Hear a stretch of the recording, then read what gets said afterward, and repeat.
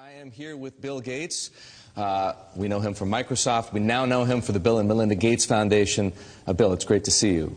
Great to see you here in particular because we know the Gates Foundation for its work on infectious diseases, child health, nutrition, agriculture, education, the list goes on. Why does Bill Gates care about finance? Well, it's all about helping the poorest. And one thing they don't have access to is bank accounts. The fee structure, if you have small amounts of money, is just too high. And we got involved in some traditional microlending, but just didn't see how that could scale up and get inexpensive enough. So now we're involved in trying to make sure we get a very efficient digital payment structure set up for all the poorest in the world to get financial products that work for them. What are you doing? The idea is that typically through the cell phone, you should be able to send money to your relatives. You should be able to track the money that's coming in, set aside money to buy seeds the next year. And there are countries where this is beginning to take off. Kenya, Bangladesh, even Somalia, maybe the last country you'd suspect up in Somaliland. Almost half of the GDP is done digitally. I don't need to tell you that the poor have been unbanked for as long as there have been banks. Why is this time different? Well, it's really the digital revolution. The poorest have bought cows, stored gold, put currency under their mattress, but they are getting cell phones. And the cell phone capability of identifying who's using the cell phone, letting you look at your spending patterns, that's going to be common sense. People are going to have help and lots of innovative products competing on top of this digital currency platform. So if technology, mobile phones for example, digital money, helps to increase access to financial services at the same time as it lowers the cost of delivery, why is philanthropy needed? Philanthropy should just be here to bootstrap this. There are a lot of regulations in this area, and understanding how those regulations can make the cost of remittances, where you're sending money back to your family in your country of origin, how right now that has about a 5% overhead on it. We think we have a role to make sure that, particularly for the smaller transactions, the regulations don't impose those very high costs.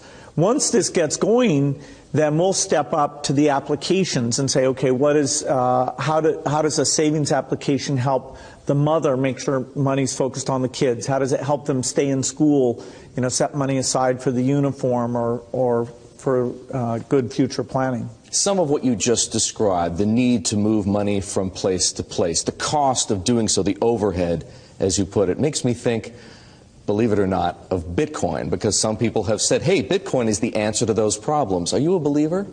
Well, Bitcoin is exciting because it shows how cheap it can be.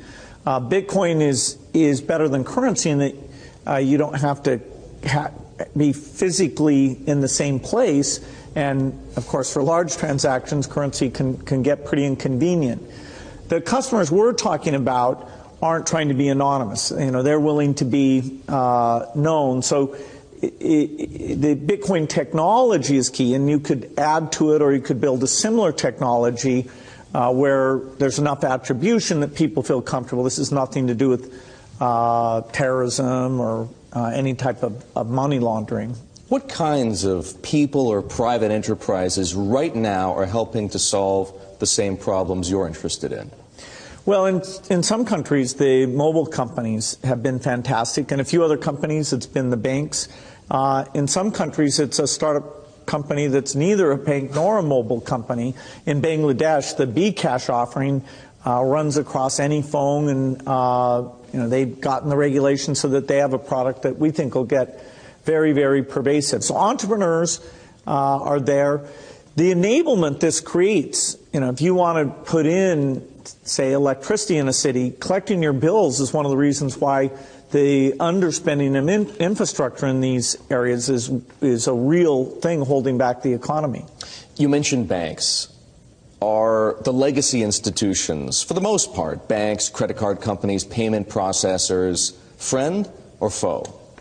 Many of them want to have these additional customers, but they have to embrace the idea that the fees are going to be a lot lower. And so they have to find a way to service these new customers. Now, that means these customers aren't going to be coming into their branches, and they can charge a higher fee when you want to actually cash out.